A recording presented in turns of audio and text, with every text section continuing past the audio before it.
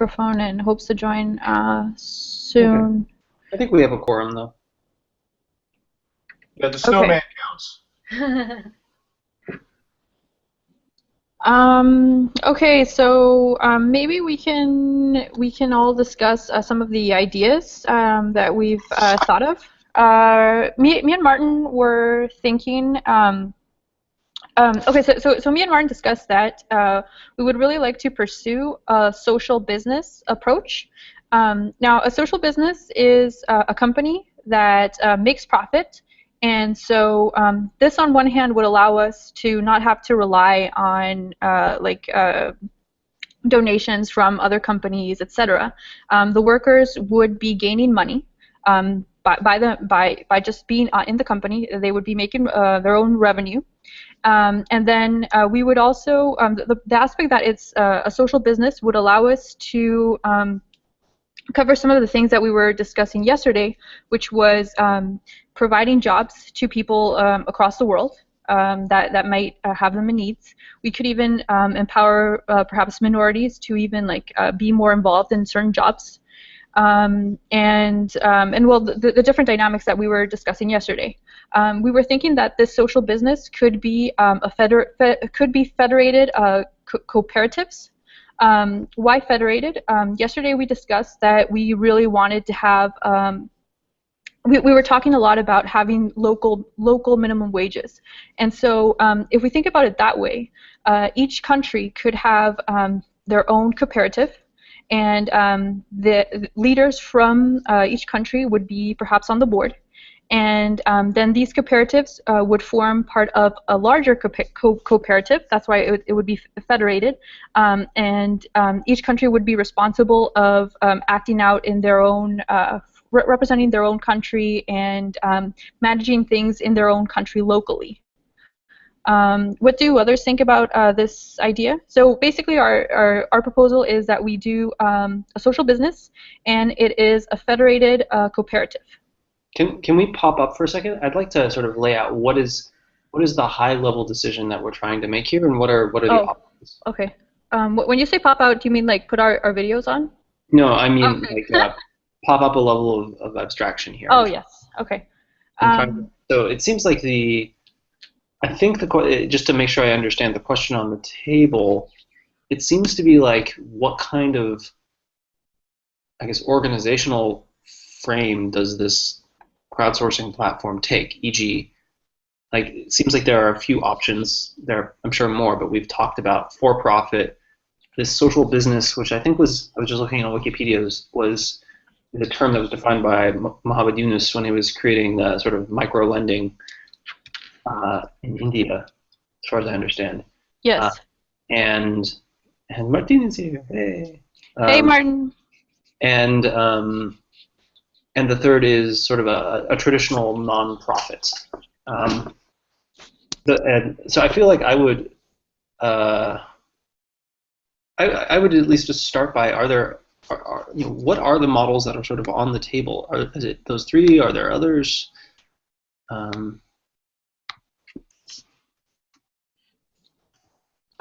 So I also saw, so social business is a little bit related to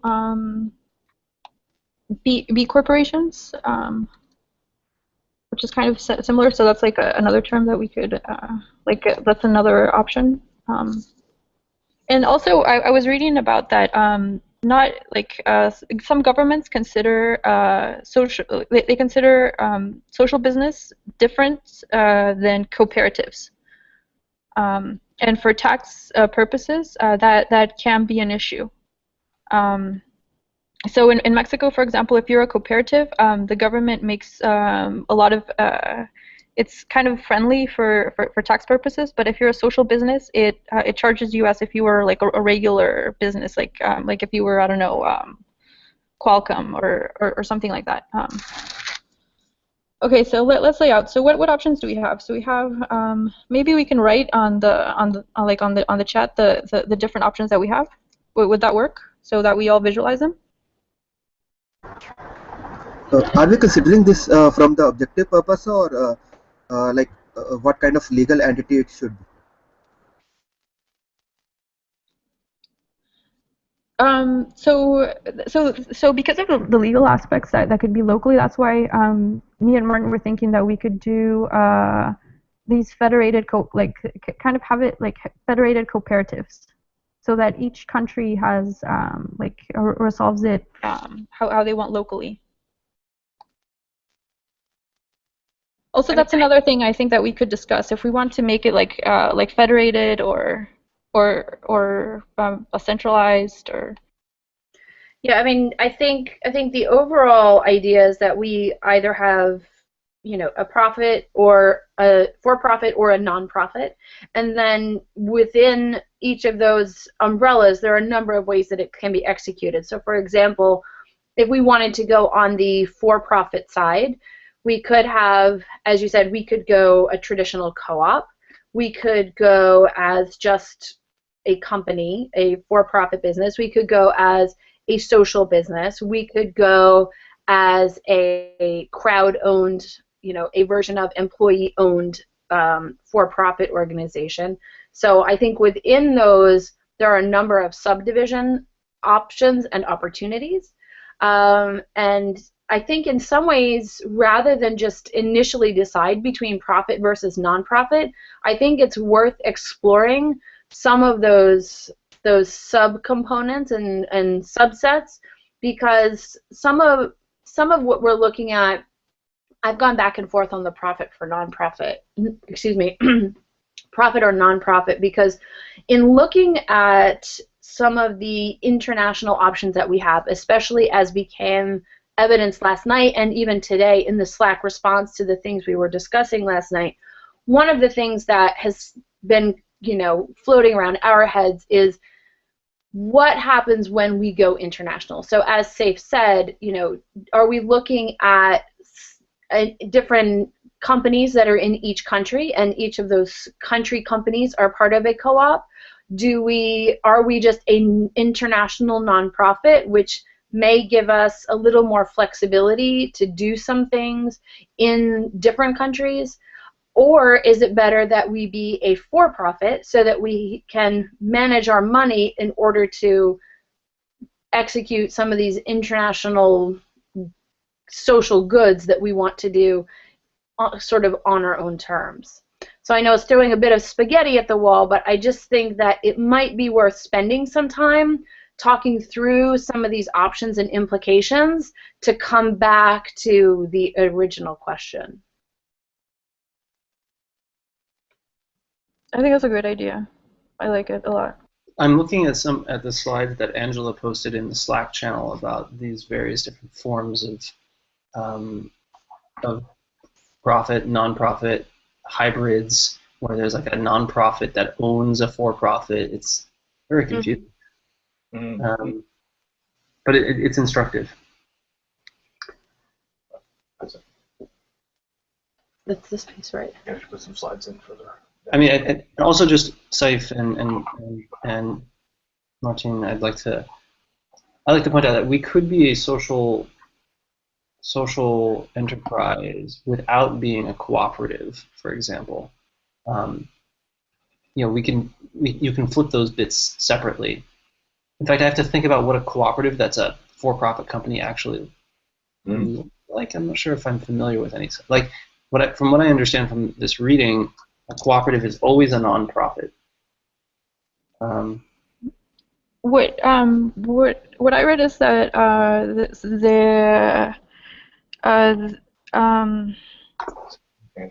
Yeah. Sorry, let me organize my thoughts. But I had read that there were there were cooperatives that were social businesses, and so they had revenue, but they also focused on bringing like good into society. Let me find those cases. Martin, I don't know if you want to share some of your thoughts on like what you were thinking about these social businesses, or. Yeah, and Martin, if you're going to type, I suggest you do it in the Slack channel so others can see it as well in the meetings channel. I see you're typing into the Google Hangout here, which means that only us in the Hangout can see. Yes, I think Martin had some issues with his microphone. I'm just being stared down by a cat. So what you'd written in the chat channel was social cooperatives have more social impact, be self-sufficient, so the benefits will be reinvested in the community, people have a good image. So basically, I guess my goal would be if we can be somewhat, I'd like to be somewhat, I'd like to elaborate the options and then to debate the merits rather than trying to, and like I don't feel like I have enough information to back or not back any proposal right now. I'm actually very undecided. Hey, Michael, it looks like Angela has put a significant amount of time, energy, and thought into this. Might this be one of our times where we summon someone to appear before the council and maybe gives us a deeper presentation on this? Because that's fine with me. Because the slides are slamming, but I imagine there is just a humongous story behind it. And Al just just kind of pointed out this was done a year ago, so potentially it seems like it may have been done for a purpose. So maybe she's got some deeper insight, even more, that we could just tap into, or she could just educate us in a way. I think Al's going to see if she is actually online. It's what, like? Well, it looks like she is. Would we be okay? Would everyone be okay if we just invited her right now? Or is that a little too impromptu? No, that's good by me. Let's do it. That's a great idea. All right, I'm going to drop her a note with the link now.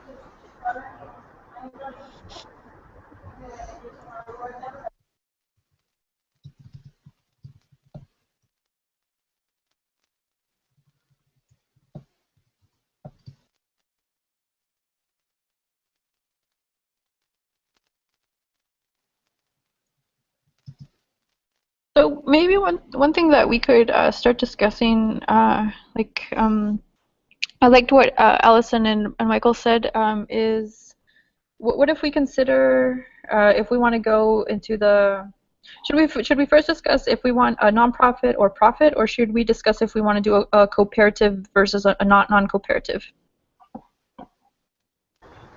I think can we discuss the objectives of the enterprise first?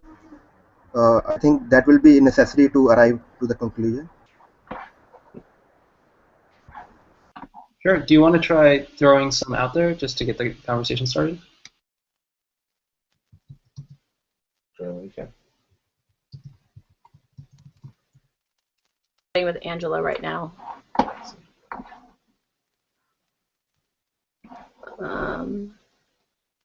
So one of the objectives of our platform was to empower both workers, requesters, and to provide on one hand more power to the different actors that are involved. Correct? And so if we see. So the question on this is that do we want to benefit only the people involved in the enterprise or also out of it?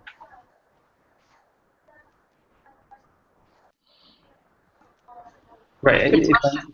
So just to make sure I understand, you're saying, are we trying to make the team that creates the platform are we trying to maximize good for them, or are we trying to maximize good for some other party or somewhere in between? That's what you're asking, yeah? No, my question is there are three parties for the platform. One is the platform creator, and other is requester and worker. Yeah. So there might be other parties like a third-party service provider or something like that. So I'm considering that part of the platform. So there might be so other parties outside of the platform are where are also we can consider that this as an ecosystem. So ecosystem consists of platform and parties outside of the platform. So the difference I have found in the social enterprise and the private enterprise or the for-profit enterprise is that the for-profit enterprise focuses more on the people who are part of the platform, and social enterprise is more on for the platform and also outside of the platform. So I was thinking that we could think that you're having an impact, like even if you're just impacting the people that are using the platform, you are impacting the different countries involved. Because to the workers of that countries that are using the platform, their life, let's say, is improving. And so that was why we were considering that it was a social it was a social business, because it impacted people from different countries, even if they were users of our platform. Well, safe, that doesn't necessarily need to be codified in a profit or non-profit. That can be captured in, a style called like conscientious capitalism. The companies like Whole Foods and Patagonia that are strictly for profit. They're part of the international, the machine, but they internally make certain decisions of either giving back or making some philosophical or ecological decisions that may minimize their ability to be, highly efficient with their revenue, but they stand apart and they give back or they contribute, and it's not necessarily part of their. It's part of their culture. It's part of their philosophy. We were considering that being social would enforce, like it would force even more, like, to execute those philosophies, because we consider that in some cases it might be that yeah, the company might have a certain philosophy, but it's not necessarily executing it. And making it social, like a social business, would perhaps force, like, drive to really make those commitments. I agree with you that there are a lot of businesses that say, okay, we have this culture that we're going to give back or look for the environment. But there are also many that, like, state that philosophy, but they don't execute it. And so we were considering that making it social would enforce it more. So one thing I want to dig into is who, social businesses have a social goal that maybe, I'm trying to think about the micro lending. In some sense, it's part of their users, so to speak. Whose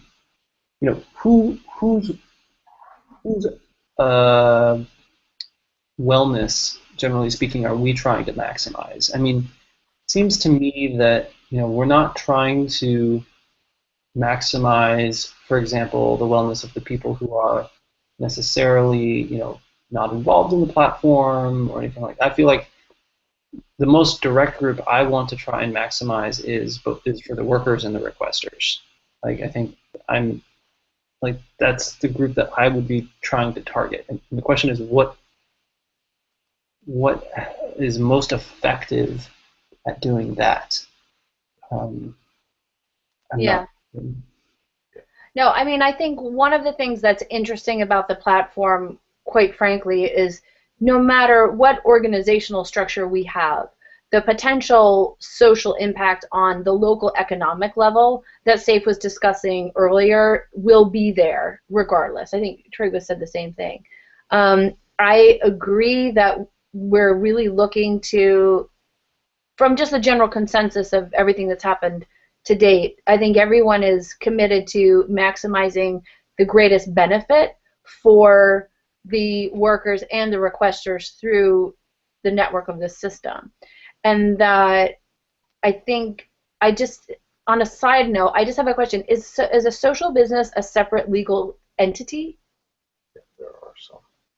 And are there tax considerations in the U.S. and internationally, or how does that legal structure play across countries? That's a really good question. So I was reading that with one of my friends that has a social business, and it seems so. The U.S. has tax treaties if you are a social business. So like they remove, like, so it's more friendlier for you, let's say. In certain countries, for instance, in Mexico, social businesses are treated just the same as any normal business. But if you're a cooperative, then you have tax treaties. And so it's that's just like so a lot of social businesses in Mexico present themselves as cooperatives to get those tax cuts. Okay. Michael, you mentioned quote unquote, who is our priority? Whose wellness are we trying to impact the most? Can we drill down? When you say wellness, is that code for compensation, or do you have a definition of what you mean by wellness, or what your thoughts are on that? I have a far broader goal in mind in terms of, on the worker side, enabling people to build careers, to explore new skills, to learn new things, to have certainty in income, and yes, to make money. And on the requester side, I think my goals are to, make them effective at managing, to make it. I think my main social goal with requesters is to make it as accessible to as many people as possible, and not just the kind of thing that the chosen few can use. Yeah. Those are roughly my goals. Then when you scope it out like that, the first thing that comes to mind is it's crowd as company. That this should be an employee-owned enterprise, or it could be an employee-owned enterprise. Okay, from a high level, a lot of good things, a lot of complication. We certainly need to drill down on it, but you're looking at building careers, some certainty, some compensation. A lot of that's tied to ownership, being able to have a little bit of influence or control over your own destiny, being able to shape that. That is, that's certainly advanced more effectively through a crowd-owned organization. The same thing can be said for then having that ownership, that pride of that ownership stake. That certainly drives to helping requesters with accessibility, with managing their processes. That there's enough intrinsic desire on the worker side, that they want to build these relationships, that potentially that could be the fulcrum for that engagement.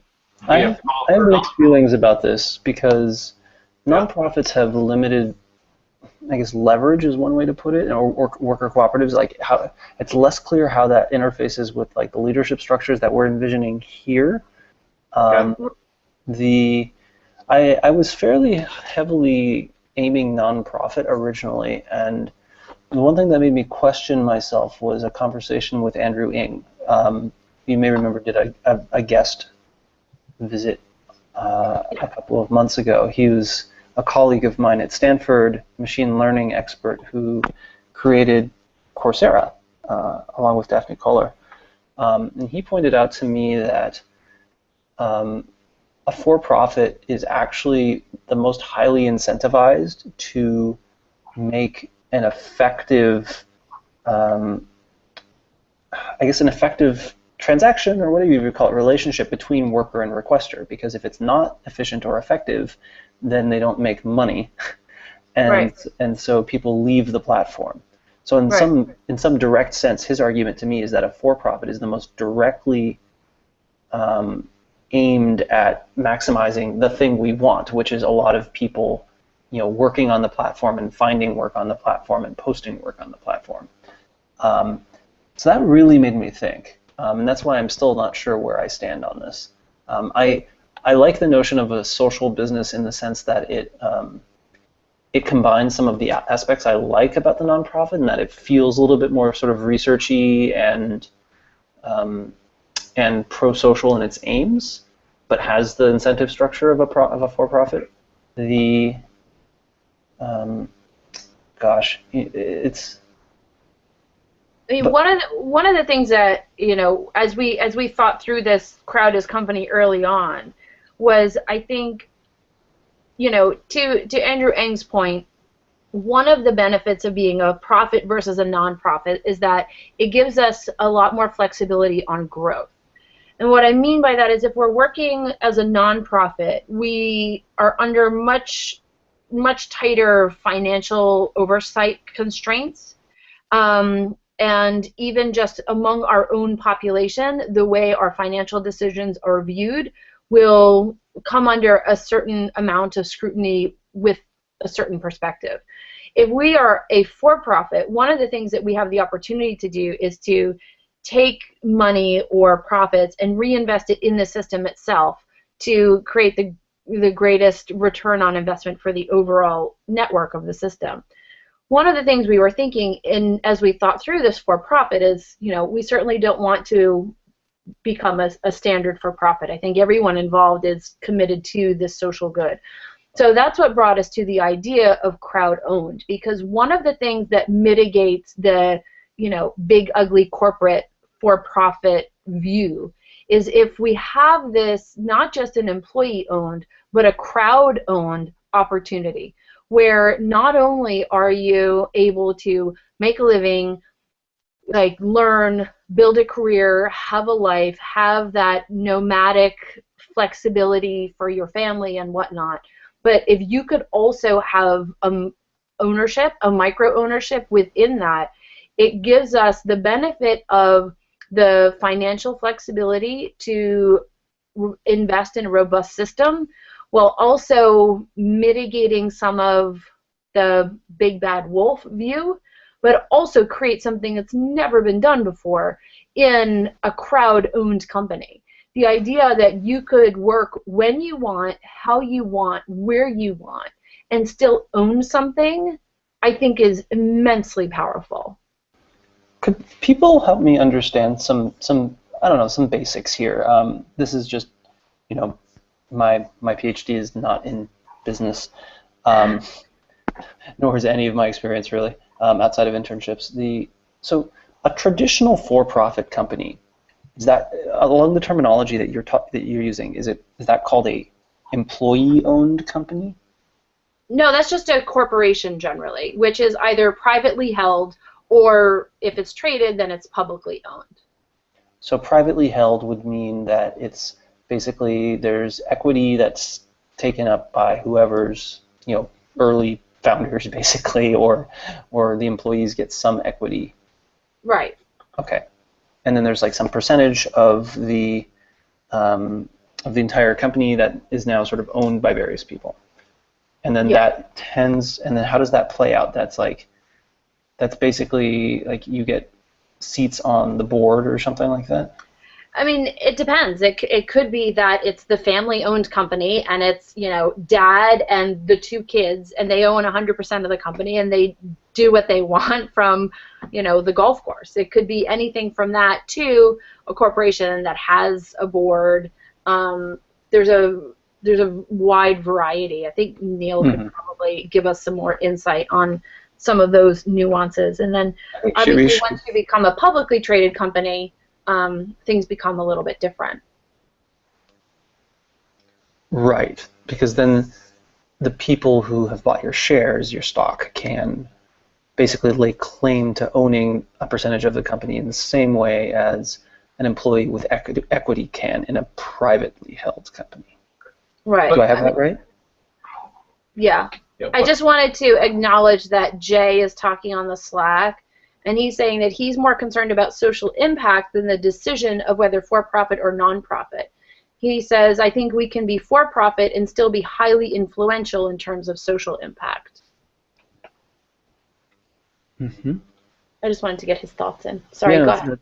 No, thank you for doing that. No, this is helping me understand. So when you say that there's an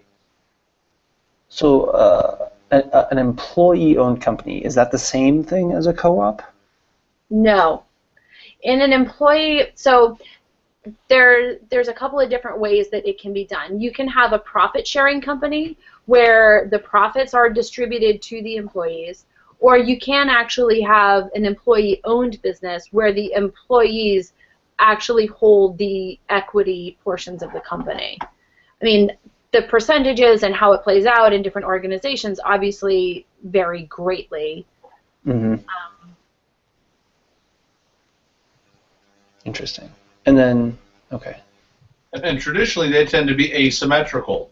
You still have this cadre of, a small percentage still owns a larger percentage of the employee company. Mm-hmm. You don't need to follow that model. I think that's, that kind of colors people's perception.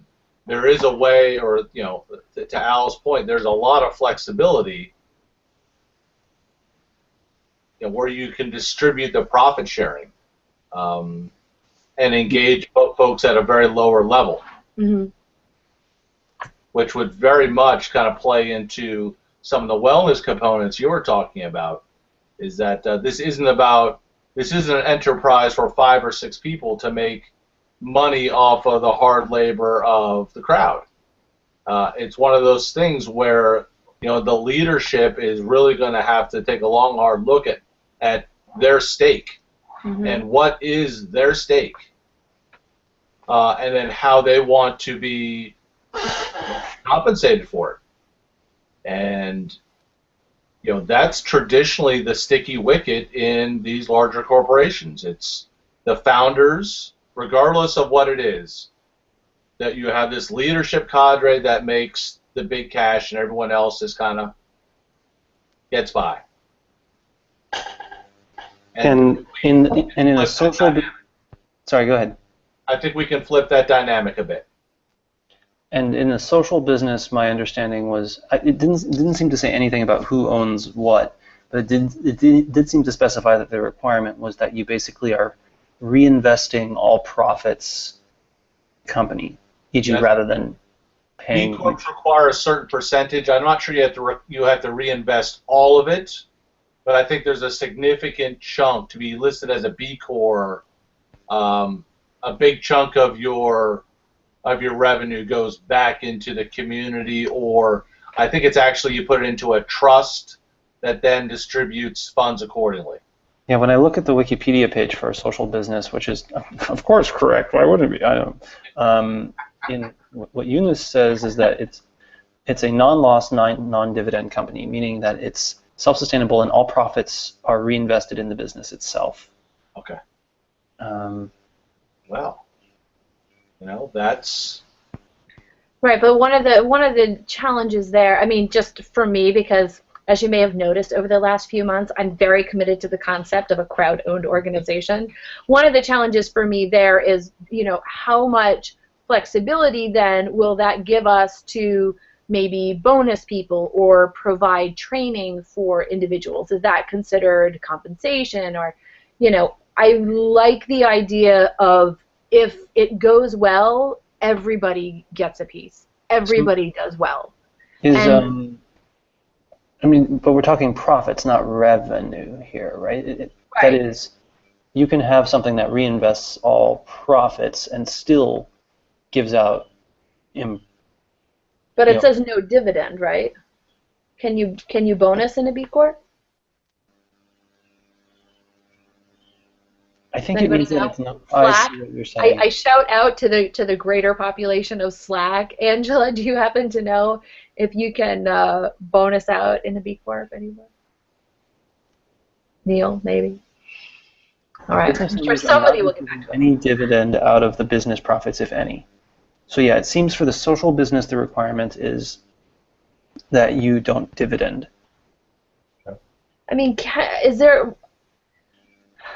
I guess the question then becomes, looking at the benefits that we get from a social business and weighing those against different ways that we can have that social benefit impact through a profit sharing, and kind of weighing those two things out and figuring out what calculates out to the greatest benefit for the organization and members thereof. So my primary goal is to ensure a long-term future for online or crowd work or whatever we want to call it. And right.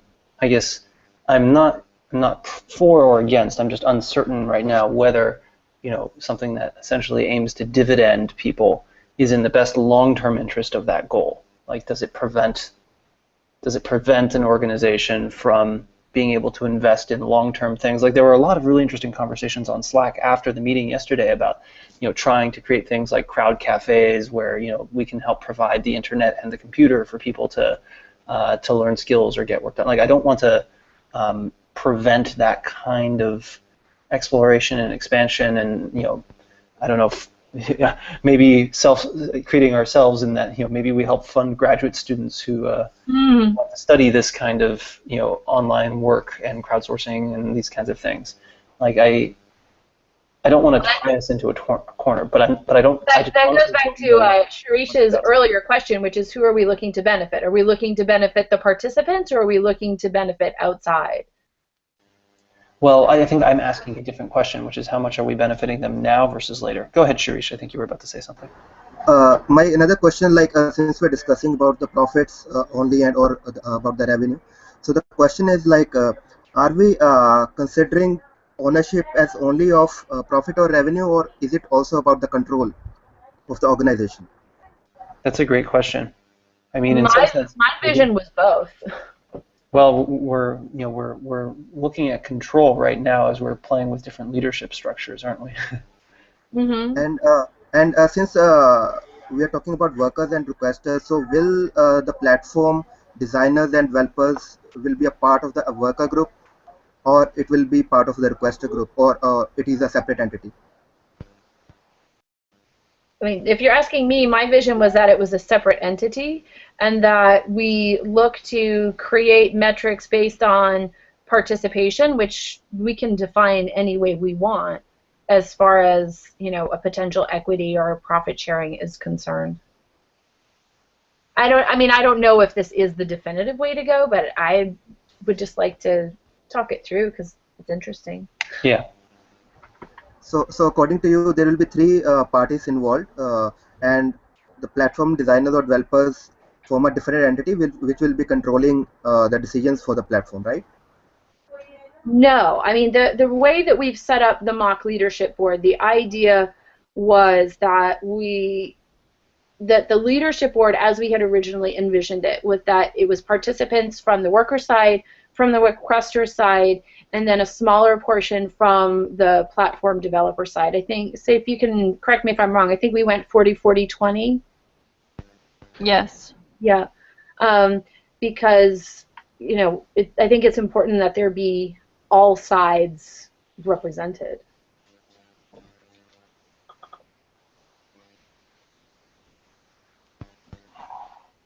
So when we're talking about the platform designers and developers, so how will they be compensated if we are targeting even the for-profit or so if we are targeting for not for-profit organization? I'm sorry, can you say that again? If in a not-for-profit, what was the question? How do we pay for it? How do we compensate platform designers and developers, because they are not part of the workers or the requester group if we are considering them as the separate entity? One model that I sort of find intriguing is essentially dog fooding, which is essentially what many of these platforms, for example Upwork, do a bit of at the very least, which means that they have a fund through which they hire people on the platform to work on the platform. Freelancer also does the same. So they also like give away the work for the freelancer platform to the freelancers already on the platform. Mm-hmm. And the decision committee is a separate entity which controls the leadership board.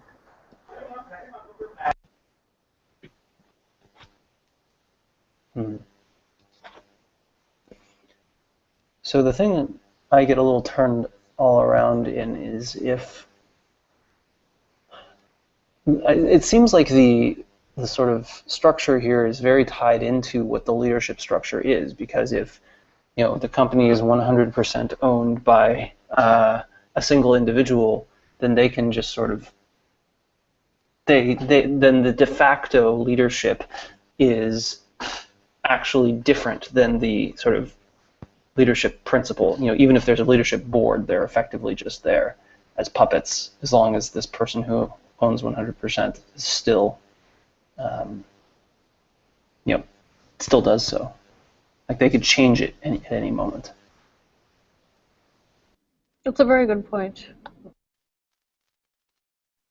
That was one of the reasons why Martin and I were considering that we wanted to have cooperatives to have workers be owning this platform, and we were also considering about having it be federated, because it suddenly seemed that we would need leaders that know each region well. It's I think that okay, I've mixed feelings. One of them is a worker cooperative is fundamentally at odds with one of my social goals here, which is that it's not just about workers. Like I think that I think that we have to consider requesters to be just as first-class citizens. But couldn't the cooperative involve workers, requesters, and even the researchers? So everybody is part of the cooperative. So not just the workers. How is that similar or different than what Allison and Trygve were calling a crowd-owned business? Oh, okay. We can call it we can call it crowd. I don't know. This is just an honest question. I do not know. like Allison, do you intend a difference? I think the difference that Saif is bringing up is the difference in legal entity. Yeah. It's a different legal entity. Similar concept, but Uncle Sam will see them differently.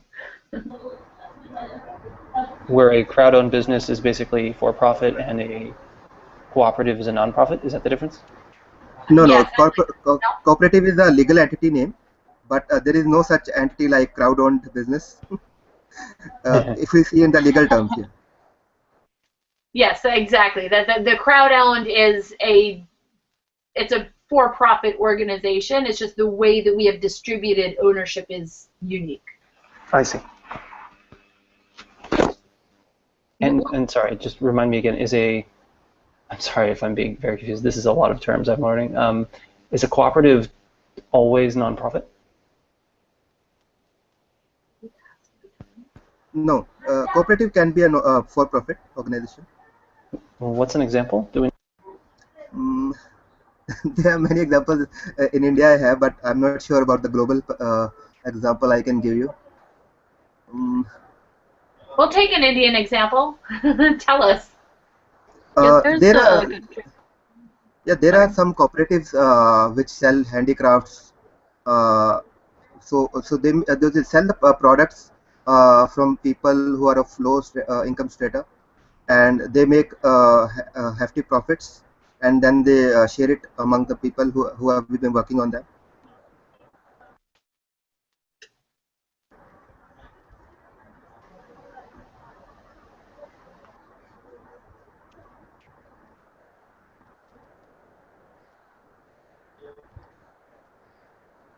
I shared on Slack a cooperative that's from Mexico that's for profit. And so they sell juice, like they sell these like juice, and it's a cooperative, but it's for profit.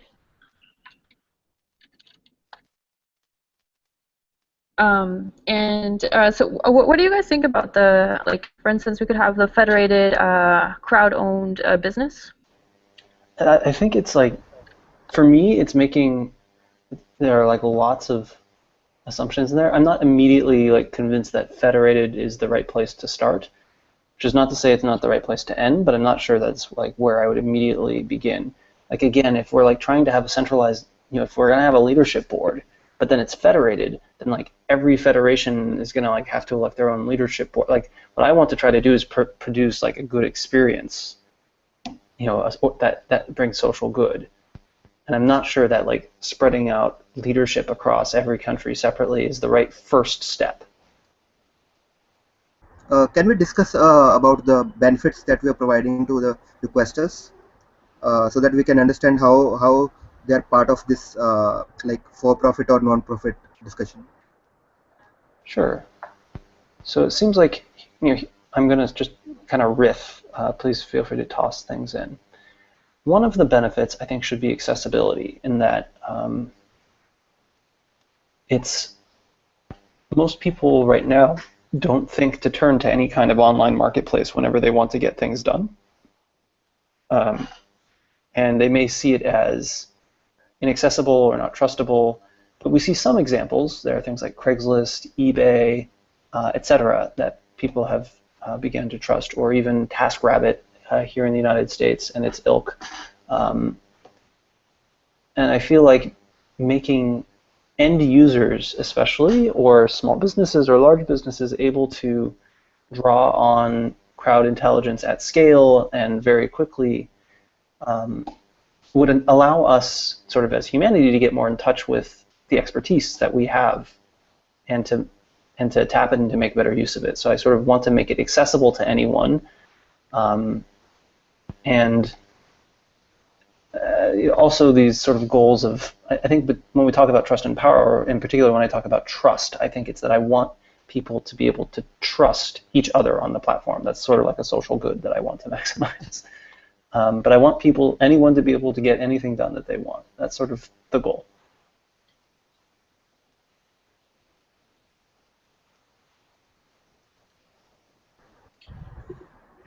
And to riff off that a little bit, Michael, from yesterday, one of the themes as I was looking through my notes is that we started talking a little bit, and it came through in the Slack later on, the concept of partnership. And we talked about with governments and with other entities. But, almost using the term requester is almost, it's almost pejorative. It doesn't necessarily imply or work with a relationship. I agree, and I have not found a better one yet, but I would love to. I think we should. There have been several conversations on Slack trying to brainstorm something better. Yeah. And I think right now, just calling them partners, it's kind of cheesy, maybe it's new age, but it does reflect a little bit of the soul that we're trying to build into the organization. And that if we start embracing, what we used to call requesters as partners, we're folding them in, maybe not legally, maybe in another ad hoc way we haven't discussed yet, but we're folding them into the proposition as a partner. We understand that they have a vested stake, and as such, they should, there's not a Chinese wall there. There's not a barrier to access. It then becomes a question of how transparent we are with them, but just merely starting to discuss, those entities that are engaged with us as partners, it opens up new channels for conversation. Mm-hmm. And so, it's a matter of semantics. Maybe we're past the postmodern revolution, but I think it may help with being able to engage the business or the folks that could leverage this platform to their best, for their better good. Shirish, can I ask you, so you were the one who posed the question. Where were you intending to go with the answer to that question? You mean for the ecosystem or outside the ecosystem? You had asked what is our goal for, what do we want, what benefit do we want to bring to the requesters or the partners or whatever we want to call them. You had posed that question. I'm wondering why you posed it and where you're trying to go with it. No, I was posting that question because I wanted to know whether there are some monetary benefits for requesters as well, or is it only for from the control perspective they're part of the organization?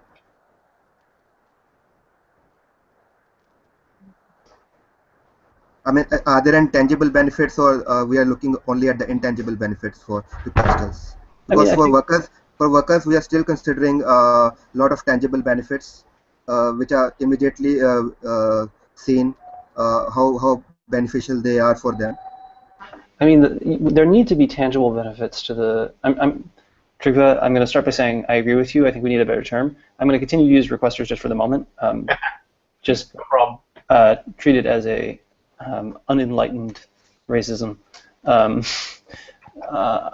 There need to be tangible benefits because that's what brings the requesters to the platform in the first place. So for them, the sort of immediate benefits are get stuff done, not ripped off very quickly at high quality. That's sort of the thing. That's, I think, what requesters or peers or partners want. It's like, I want to go to the store to buy a wrench and get out. That's why I'm there. Similarly, I want someone to make my wedding photos look beautiful. I want someone to hack together this this script for my home automation system, in and out. That's what I want. But isn't there also the guy that's going to want to go get the wrench and then realize, oh, wait a minute, I don't necessarily know how to use this wrench. I don't necessarily know how to apply the wrench. Do we want to be able to be that full service solution for this guy that's going to find the wrench? The Home Depot. I'm Yeah. not. I'm not. The Home Depot model. Yeah, I'm not. The circle I'm circumscribing here includes that. Okay. All right. Cool. That it's incumbent upon us to create a requester experience, that is commensurate with that. So, it's the training, it's the expertise, it's building a reputation for delivering quality and meeting those requesters' expectations. Put all another those way. Sorry, go ahead. we're looking to provide for the workers, we need to provide for the requesters as well. I mean, because in hearing what you're saying, everything that you're referring to, we've said we want to provide for the workers. We want to give them the training. We want them to be able to maximize the system, and we're looking to do the same on both sides. So I'm wondering if we could just kind of keep that in mind as looking at them as equal participants in a lot of what the service offering actually is. Yeah, I mean, if I had a vision for what I want the requester experience to be, I want it to be the sort of human capital equivalent of Google. At Google, it makes the world's information available at your fingertips. They have other words wrapped around their mission, but that's basically what it is. And I think the world I want to help create is one in which we are collectively as humanity put in touch with each other's interests and expertise. That I can help you with your projects, you can help me with my projects, whatever I need at my fingertips. That's the requester pro-social good that I want to aim for. It's really cool, by the way. We should write that down. Like, it is captured in YouTube forever. So for the current platform, requester will be the only profit center, right? Or are there any other revenue models we are considering? I think it's the only one we have right now. I mean, I don't think we're talking about ads at the moment. I'm not sure about the ad, but maybe some other revenue models, like where we are considering, if you're considering not for profit, so maybe donations as well. I see. I feel like basically the typical model for these marketplaces has been to have some upcharge on. There's like you're basically taxing the transaction, right? Essentially, that's sort of how Upwork and Mechanical Turk and so on work. You're right that you could do donations. It's hard to scale donations. It's really hard just from a budgeting perspective. It just puts you at a lot of risk, I think. I mean, I'm not against not making profits, at least at the very beginning, in the sense of if it's if that helps us bootstrap. But it's a good question. I mean, what other kinds of revenue models might there be? We have talked about this one a lot. Yeah, I mean, yesterday we discussed about the Crowd Cafe, right? So maybe like Crowd Cafe, since it is running on this platform, so they are making work available to others. So they might be like one of the profit centers as well. Right. Yeah. So one thing, I don't think this could become a primary profit, but it's certainly, if you look at how things like Coursera want to make money, it's by basically monetizing their reputation information. That is, if everyone, if our platform can help people learn skills and can certify that someone is an excellent C++ programmer or something like this, then basically, we can help people export that reputation when they're trying to apply for other sort of, say, full-time positions. This is essentially what Coursera does. It's like you can take classes for free, but if you want to get a little mini degree and get us to say officially that you know this thing, then you have to pay. So it's another model. Yeah, I think that's something, I mean, what's good about that is it's something that we could implement from the very beginning. I mean, I think that's a very easy thing for us to tag on. You know, This assumes we solve our reputation foundation appropriately, which we will have to work on. we're working on it, but it's, I mean, it's foundational to us. It's definitely going to happen in a way that's unique and effective. You know, just to brainstorm and in some of the dark horse areas of this thought, you know, one of the things that I'm always looking at is, you know, what's available to us in the data, right? What is it that has been amassed, collected, can be analyzed, that can potentially have value to either us or others? And I don't necessarily mean personalized information, but it's worth just stopping and looking through and thinking, and I think Shirish actually has mentioned this as well, you know, if we process a certain number of tasks, at a certain point, there's a certain amount of knowledge and learning that we have, and what value gets built through the actual work over time. And it can be anything from, you know, creating some automation of something that doesn't currently exist because we've just processed so much of it, or it could be that we have a knowledge base of a certain amount of information that we can utilize in a new way or sell back to our requesters in a different way. So I think it's worth, you know, kind of throwing it out to the general crowd to look at the data models that we have and look at the volume that we're looking at and just to see what's possible. I mean, Also on the for the platform and outside the platform, one of the idea was that since the platform is driven by the workers, like if we are considering requester as only the profit center, so we need more and more workers. So if there is some entity which also trains workers to get involved into this platform, so I think those kind of parties should also get benefited.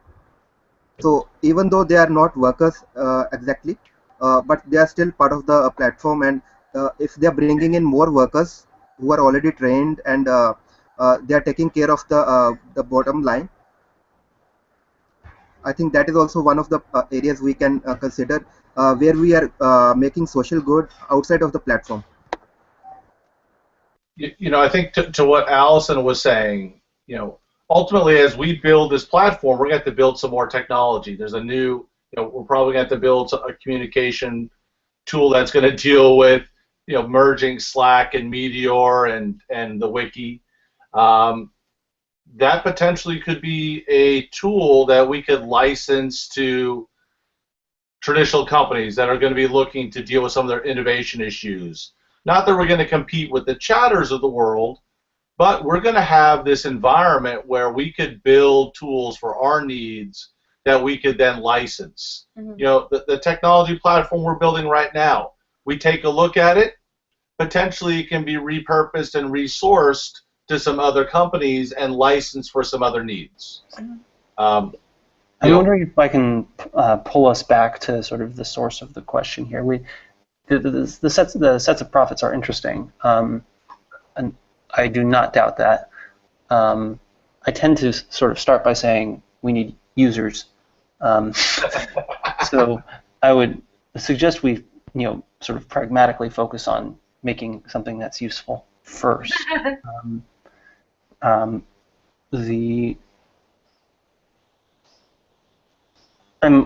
wondering out loud, how do we make progress on a decision here? I feel like we've articulated a number of options, ranging from something that's, it seems like ones that have been finding some purchase are some sort of social business, some sort of crowd-owned / cooperative, there and others. I'm wondering how we piece through these.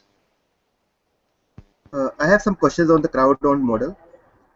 Like if we're considering the crowd-owned organization or maybe a cooperative, so how do we like share the benefits or the profits or revenue or whatever the tangible benefits it is? So how do we share that among the participants? If the participant involvement is like it is not a long term, like if it is based on the work, so the work can be temporary or it might be long term. So how do we handle that part in such a model? I mean, we obviously looked at a lot of different ways of doing that. One of the challenges, as you know, everyone recognizes, is that there's a certain amount of transience and short participation, etc.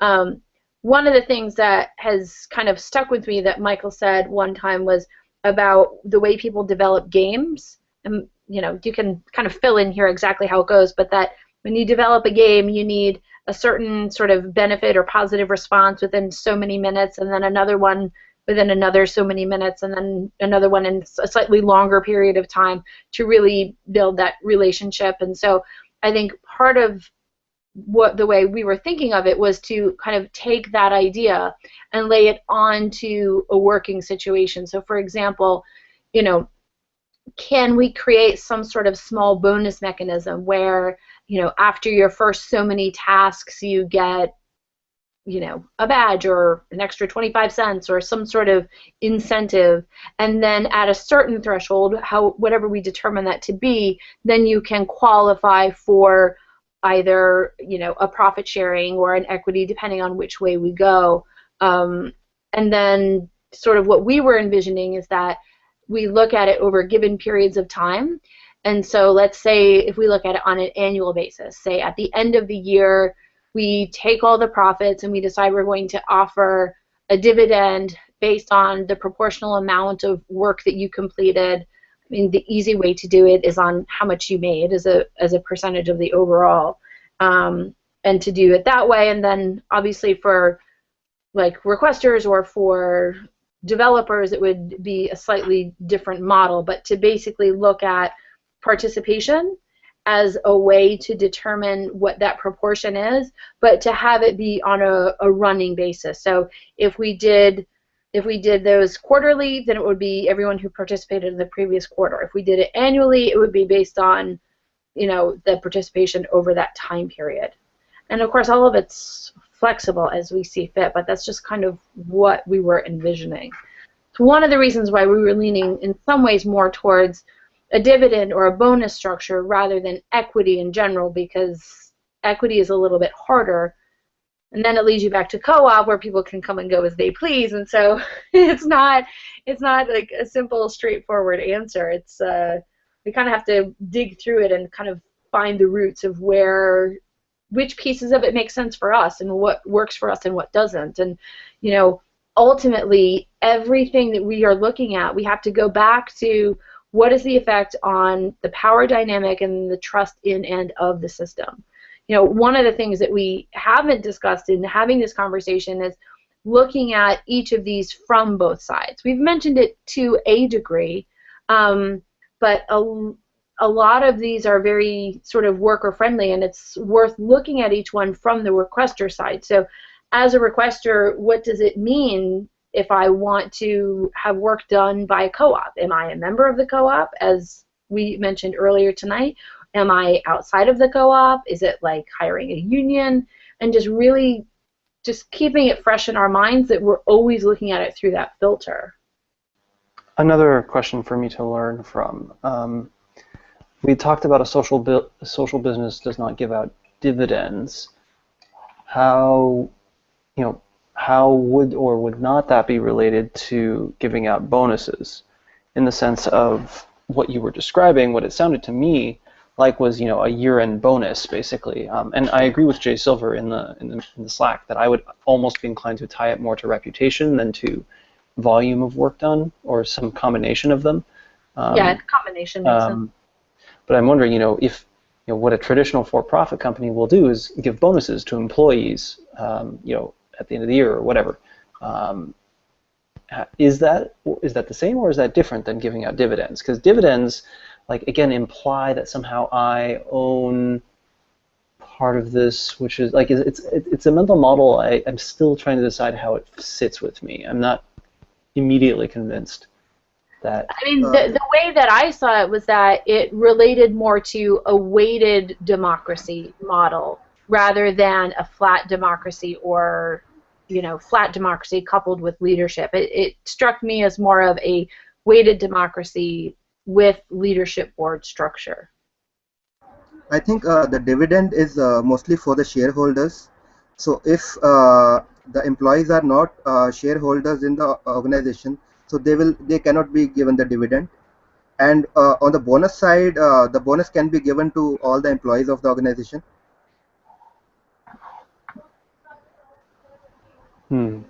Yes, thank you for cleaning up my terminology. So would the workers on this platform be considered employees of the organization or not? I think that is the toughest question. The reason because the moment we call workers as employees of the organization, we need to keep track of all the benefits that the platform will provide to them. If, that is from the legal perspective. Like what the health benefits or the corporate social benefits we are providing. So we get into all of these legal aspects if we consider all of these workers as employees. Right. It's part of the reason why the co-op is interesting, because in a co-op, that you don't pay any taxes. Each of the individuals pay the taxes as a 1099. So whatever they get from the co-op, they pay the taxes on themselves. Right. And again, it's not clear. Okay. Yeah. The mental model I want to establish is not one in which all the workers on the platforms are employees of us. At least my immediate thought is that's not the right mental model. The mental model for me is that the platform is essentially a connector. Right. We're the clearinghouse for the work. We don't actually participate in the work. Right. Or do we?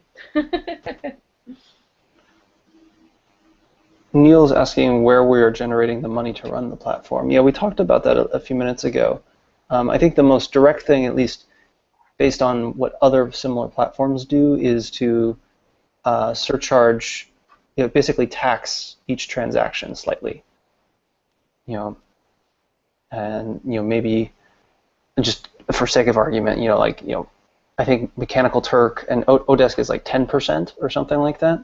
So if it's a $10 task, then it costs 11, and Odesk keeps $1. I think given the access to so many workers on the platform, so we can also come up with some of the tools or products, as Trygve was saying. So that can also be marketed or sold to other parties. That can be a potential revenue earner. Yeah. So this one's interesting. It's a big question.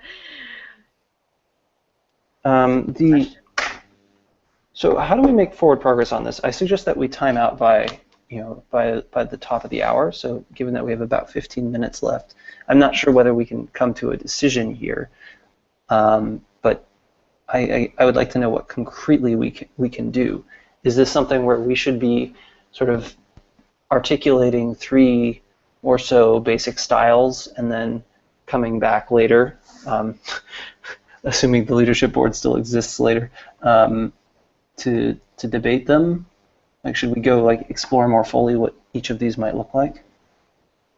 What I almost want to do is kind of, and I would be happy to take this on, is I just want to matrix it out. I want to see what are the various options across the top, and down the left I want to see, a number of elements, such as effect on trust and power for workers, effect on trust and power for requesters, what is the effect on initial launch, what's possible at some of these other later visioning things that we talked through, and just see, because I think some of the structures are going to be sort of harder to get going, but maybe not serve us in the long term, and vice versa, and to just kind of really look at them side by side in a way that we compare them point by point and just get a better idea of how do these things breathe, like where are the pain points in the actual operational status on the regular. Like from a technical perspective, what do we need to provide for it to work in this way or in another way? Because I think the sustainability and the maintenance of the system from an operations perspective, I don't know that we've necessarily looked at in detail. So I would just kind of like to see that.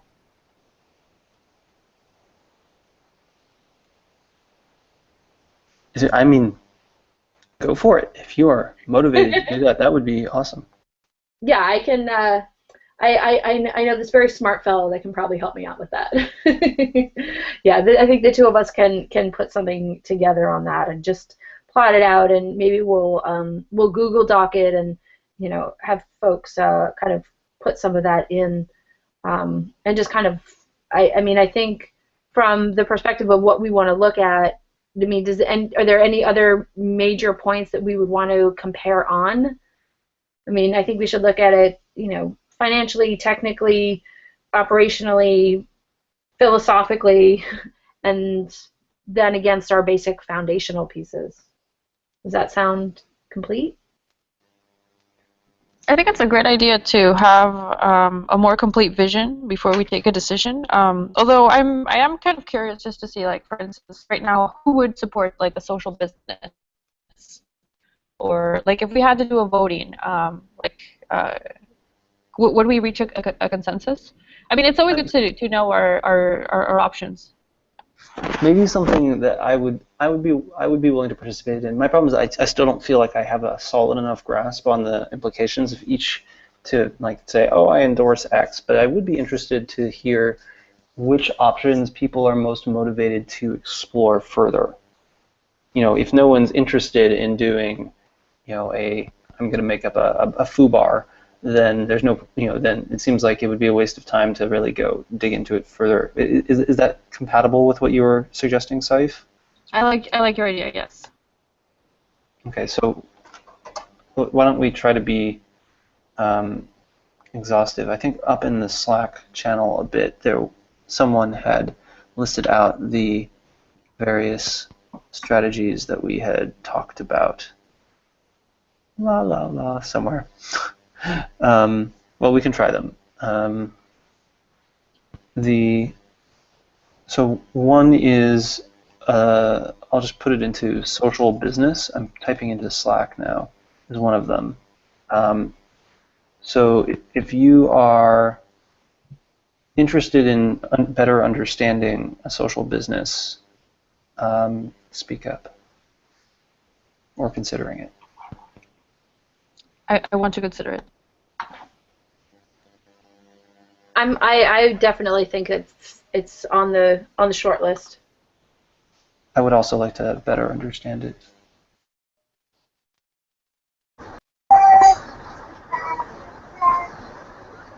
Are we considering the legal entities now, or it is only from the objective purpose? Both. I mean, the legal implications are significant, have a significant impact on sustainability of that choice. So do we have the legal term for the social enterprise we are talking about? Sorry, what was that? Do we have the legal term for the social enterprise we are talking about? I'm going mainly off of what the Wikipedia page says, which is that it's it seems to have some legal status to it. You're talking about the B Corp? Okay. So I guess the question would be, Shuri, would you support looking into this further, or is it something that you're not super into right now? Yes, I would. Okay. And is Martine still around?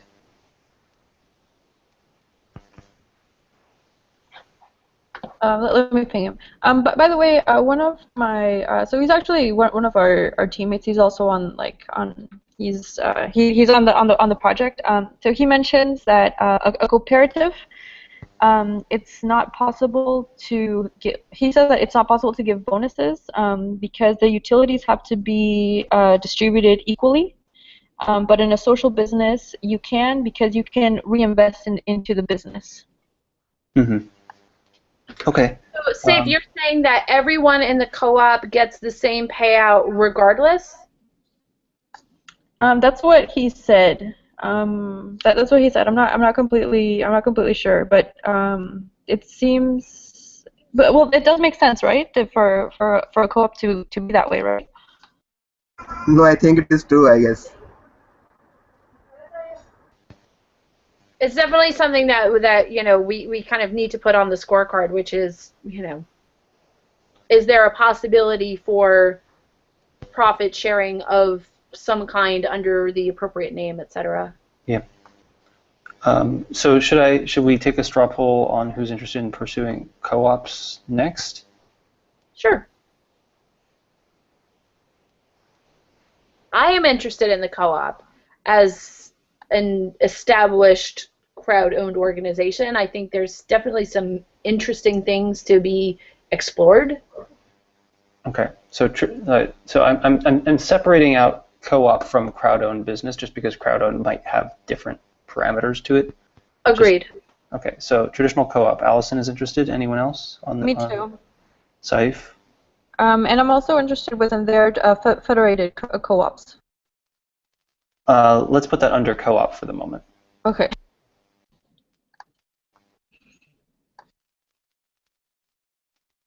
All right, so I'll note in Slack, Allison and Saif are both interested. Co-op, Saif, and then J Silver, others on the board, please feel free to pop in if you're interested. What about a sort of traditional for-profit? Is anyone interested in pursuing that further? This is something that's like a social business without the social. I support the for-profit. Okay. Shirish is interested. Others? Sure. Okay. If Coursera can do it. Yeah, I mean, there's clearly like a blurry line here, right? Like Coursera has a social mission, but it views itself as a for-profit, right?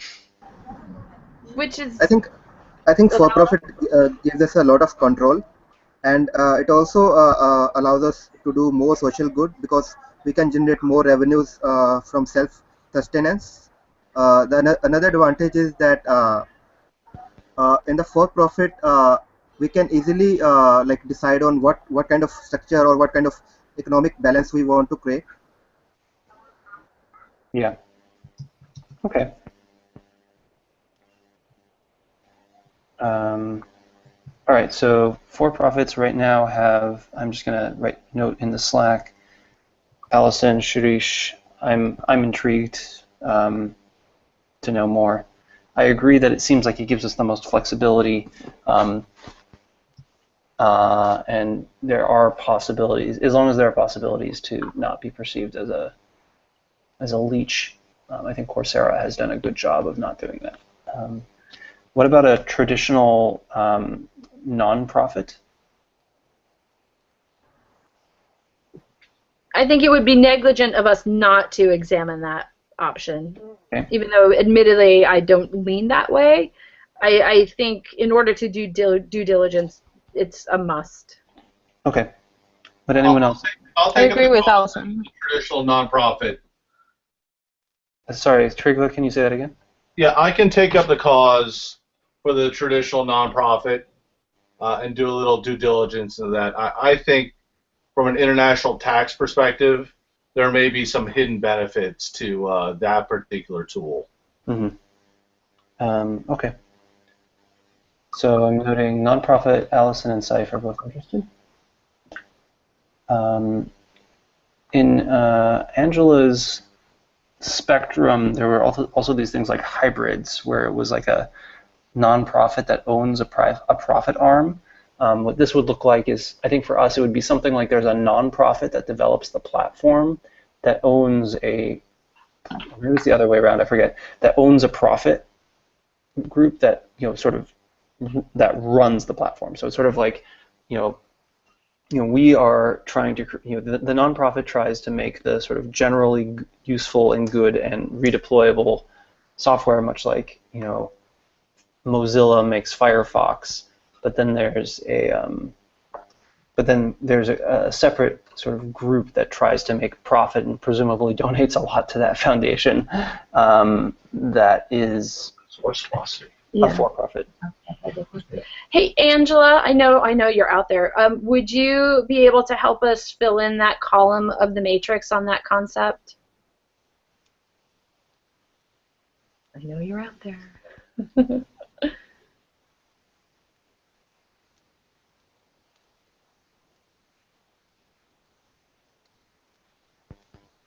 For the hybrid, I am for the legal terms, but from the objective purposes, I'm against it.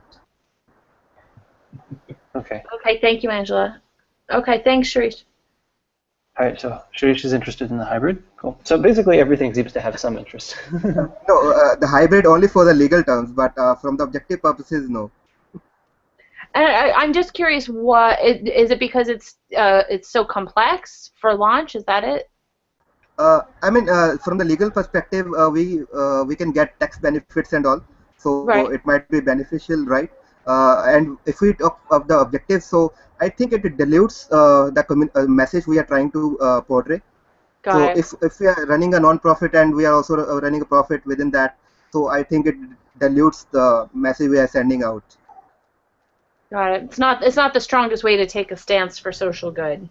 Yeah, and for the not-for-profit, whatever, because I think not-for-profit is just like a marketing term. If we want to do something good, so we can market that as well in the for-profit organization, and we can do it in a more controlled manner. I agree. I think just because there's been so much talk about it over the last few months, I think we owe it to the participants to just fully explore it as everything else. Okay. So it seems like, are there others that I'm missing? So it seems like we have the traditional for-profit and traditional non-profit on either end. We have the hybrid, which sits in the middle, where it's sort of like it's a both. Then we have the social enterprise, which is a for-profit that has a social mission. There is when I say nonprofit, I think what I really mean is what in Angela's slide is called a nonprofit with earned income. That is, it's a nonprofit that makes money. Like selling Girl Scout cookies is the example. So it's not like we're completely dependent on donations. Is there anything else that I'm missing? And we have the co-op on that list as well. Yes. Yes, sorry, and that's right. That's pretty comprehensive. Okay, then it sounds like Angela, you're going to sort of DRI a little bit of digging into these. Is that correct?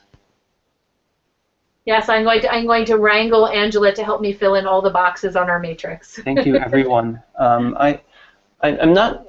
Maybe before you get too deep into it, I would encourage you to like try making all of the columns on one of the rows. That is, choose like one of the mechanisms, like nonprofit or something, and then see what it would be like when you fill out these columns you're talking about. Because I'm struggling to understand exactly what each of those boxes is telling us, and we may want to revise them. So before you get too deep, I just wonder. So, okay. Cool. Then so I guess the Trygve, the notes from this meeting would be sort of rough straw polls would be one thing we want to keep track of. Yeah. Okay, so I think Allison, Saif, and Trygve, it seems like I assume this is the last leadership board meeting we'll have before Saturday. Is that accurate? I don't know. It depends on who's free. Yeah, and unless you want, the matrix as it gets filled out, we should, run over it, or run through it, or review it. Well, let's play it by ear. But I guess what I would encourage you three as sort of the DRIs of this OpenGov initiative to sort of start reflecting on this, as well as everyone else, about what what worked, what didn't, and then start planning for our next moves. What is next week going to be? Is it flat democracy or weighted? We're going flat democracy next week. Cool. So perhaps, Michael, this is a good opportunity for us to experiment with.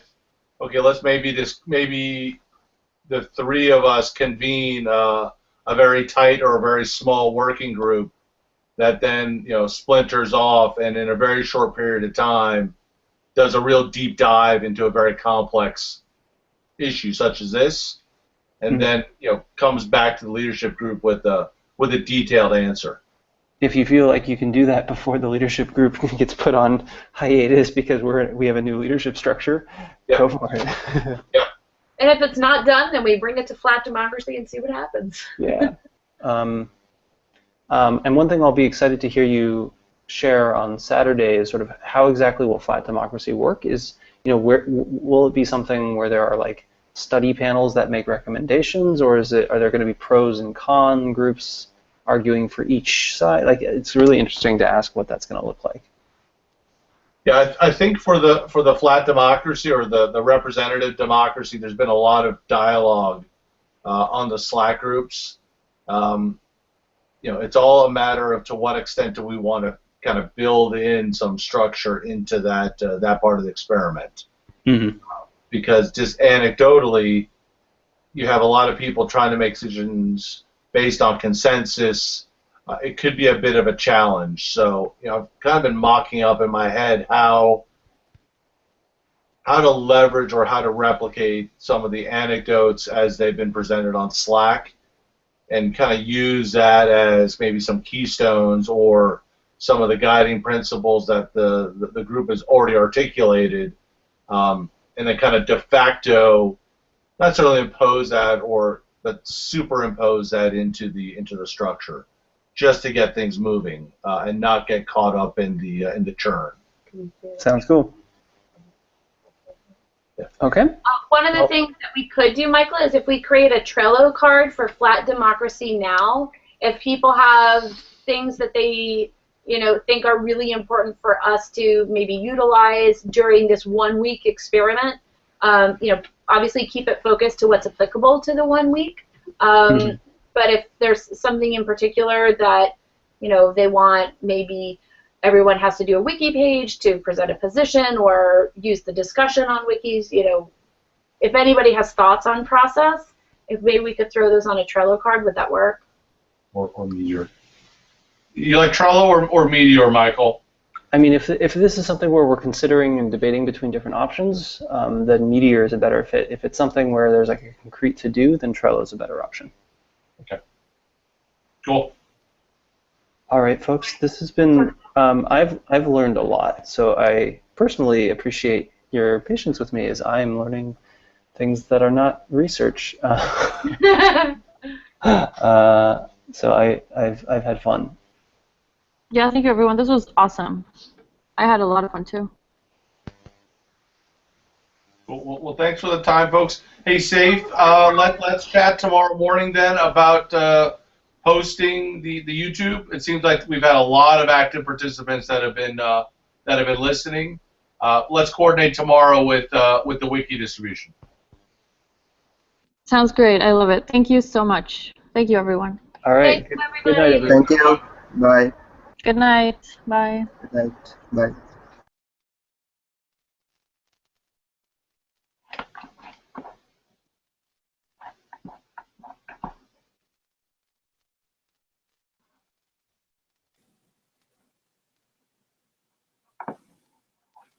You were carrying on.